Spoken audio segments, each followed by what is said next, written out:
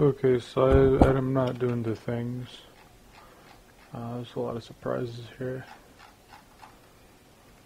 Not doing the what do you call that thing?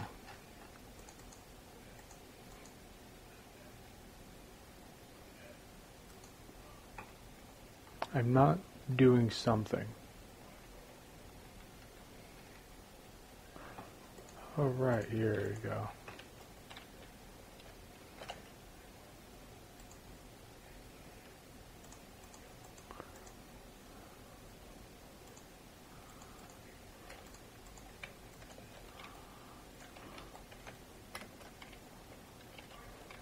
I want to see what this does. Nah, I'm not doing that over there.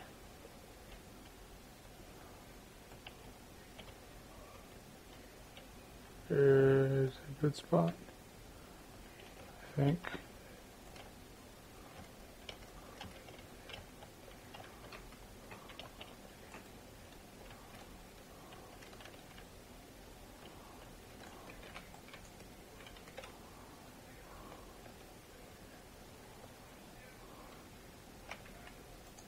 We may well see it here again. Yeah. Fortunately. Shall we just sign the paperwork here? Yeah, the who's got the warrant. Yeah. Thank you very much. The eviction may have gone without a hitch. We've now been given a property back empty. But Chris is worried about another pressing problem. Now that the warrant's been executed, there's an urgency to secure and somehow deter people coming back, because between now and when the planning is finalised, it's going to be maybe weeks, maybe a couple of months. Yeah. And that's one hell of a long time to keep a property this size secure, especially when it's been occupied before. You can only do so much. Yeah. So we're meant to build secure. Hopefully they don't get back in. Yeah. Just see how it goes, I suppose. It's taken over 2 months and thousands of pounds in legal costs to get rid of the squatters. To add to his misery, owner Brad even has to fork out £1,000 on utility bills run up by the squatters. But now, at least he's one step closer to fulfilling his plans to build new homes for the neighbourhood. All sorted?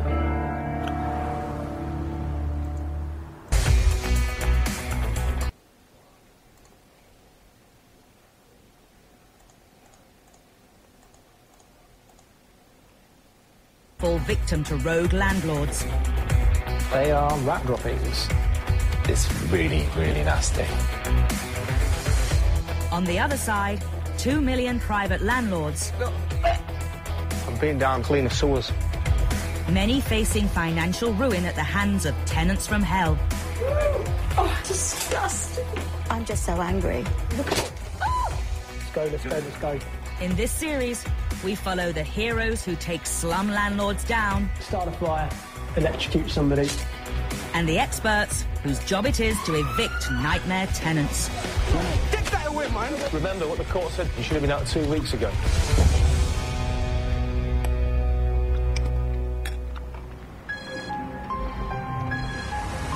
For homeowners who move abroad, getting the right tenant to look after your place is essential. But as an absent landlord unable to keep a close eye, having a nightmare tenant in your home can be life-changing. As one woman in West London found out the hard way.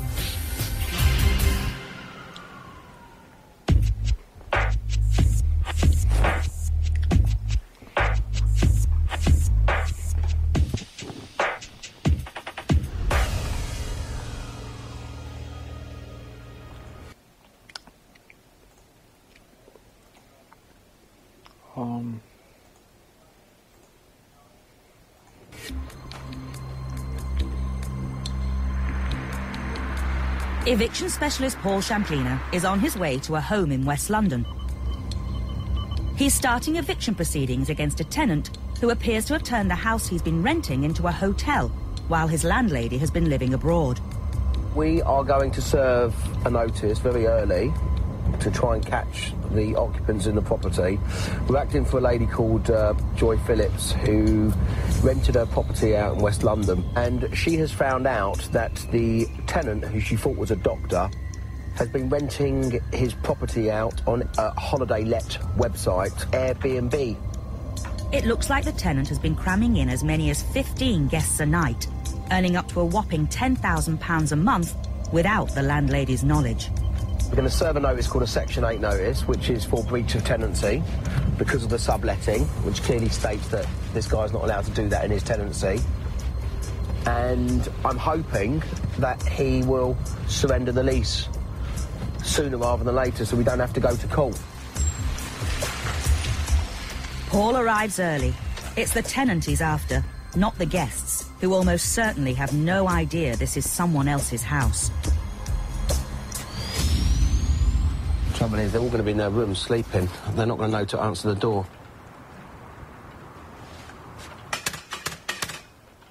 Hello, anyone there? Hello? OK, I'm going to have to put it for the letterbox. We've served the notice, now it's a waiting game. So we're going to be issuing proceedings and we're going to be obviously seeking damages and costs and stuff. This is just trying to intensify the pressure to try and get the property back.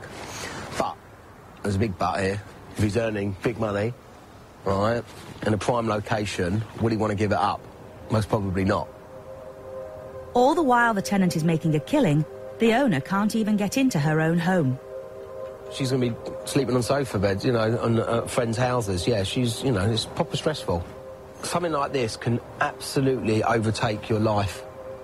If you have a problem tenant, it can be soul-destroying. It's not just the financial, it's the emotional. Whether we can get the property back without having to go to court, without having to wait for an eviction date, only time will tell, we'll have to see. Paul's client is Joy Phillips. She has been forced to fly back from Africa to try and wrestle her home back from her tenant. I've been in Swaziland in Africa, and I've been on a volunteering project, an NGO, which is a British charity, and we look after 5 boys' orphanages. So I kind of wanted to go out there and put something back. Before she left, Joy needed to rent out her house. She found what sounded like the perfect tenant, a young doctor. At the time, I thought it was a little bit strange because it's quite a large family house, and it was one single guy. He's probably aged about 27. So, but, you know, apparently all his references added up, and the agent agreed that was fine. As well as having squeaky clean references and the perfect sounding job, her new tenant also agreed to a 3-year contract with no break clause.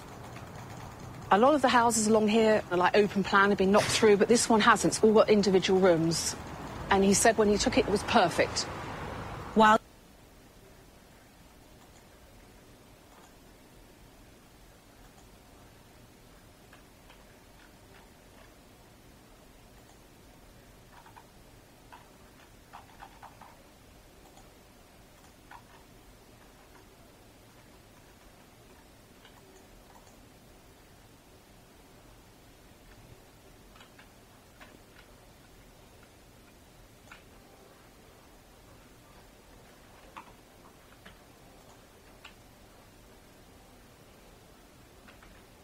Joy got on with her charity work in Africa, her tenant paid the rent on time.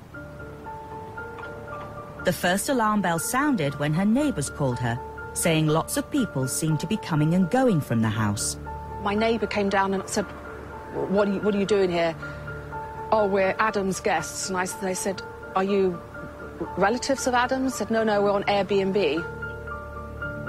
To Joy's horror, it turned out her tenant had converted her home into a luxury bed and breakfast, putting up to 3 beds in each room. He's put welcome to my home. I run a boutique-style hotel. I have this beautiful home. I've had it for many years. Taking a closer look at the website, it appeared her tenant's B&B was a raging success. He was booked up for months in advance with dozens of 5-star reviews. He told me he worked at St Bart's Hospital when I met him. I've checked. They've never even heard of him. Though she checked with the hospital, she did not check the agencies they use. But doctor or not, Joy wondered if someone had cynically targeted her home because she was out of the country. She had little choice but to fly back and confront her tenant. I said, "You're subletting?" And he said, "No, I'm not." I said, "I've seen your website." I was so angry. I said, "That's why you didn't want to see me. You are